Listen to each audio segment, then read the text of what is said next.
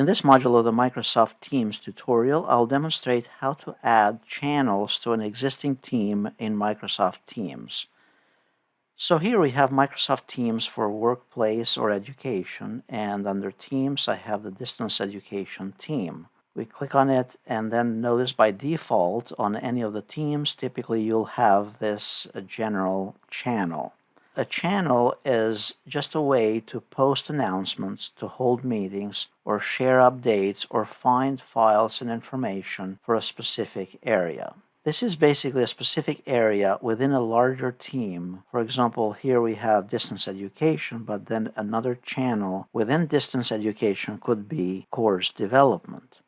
So to create a new channel, we go to distance education, click on the three dots here, the configuration for more options, and then we click on add a channel. Next, we give it a name.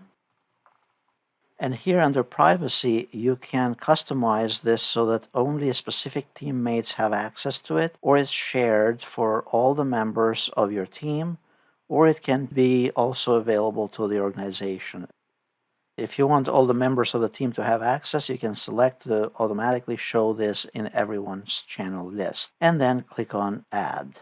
From here, under the development channel, we can have a new conversation with the team members, and it will aggregate the files that you want to make available to the team members, either from the conversations or by you simply uploading the files and linking and making them available related to course development. Or you as a team organizer, you can add additional tabs for the team members to be able to access as part of this channel. So let's say we want here to have one note. We simply select it and press Save. Under the channel that we created a moment ago, notice that we have additional options. We can get notifications for all the activity or just some of the notifications, or turn the notifications off. We can select to manage the channel. We can also invite someone else to participate in this channel.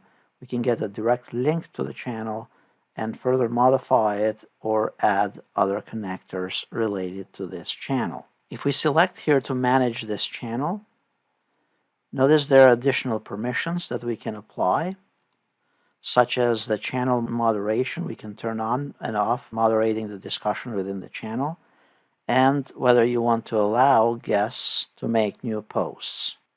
Further on, you can check under Analytics and the engagement of the participants within this channel for a particular time frame. So, like we did in the general channel for distance education, here we can start separate conversations just for the individuals and the topic of course development.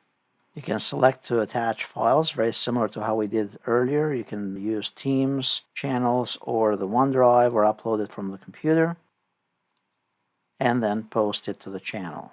Now, to reply to one of those posts within the channel, you simply type reply here,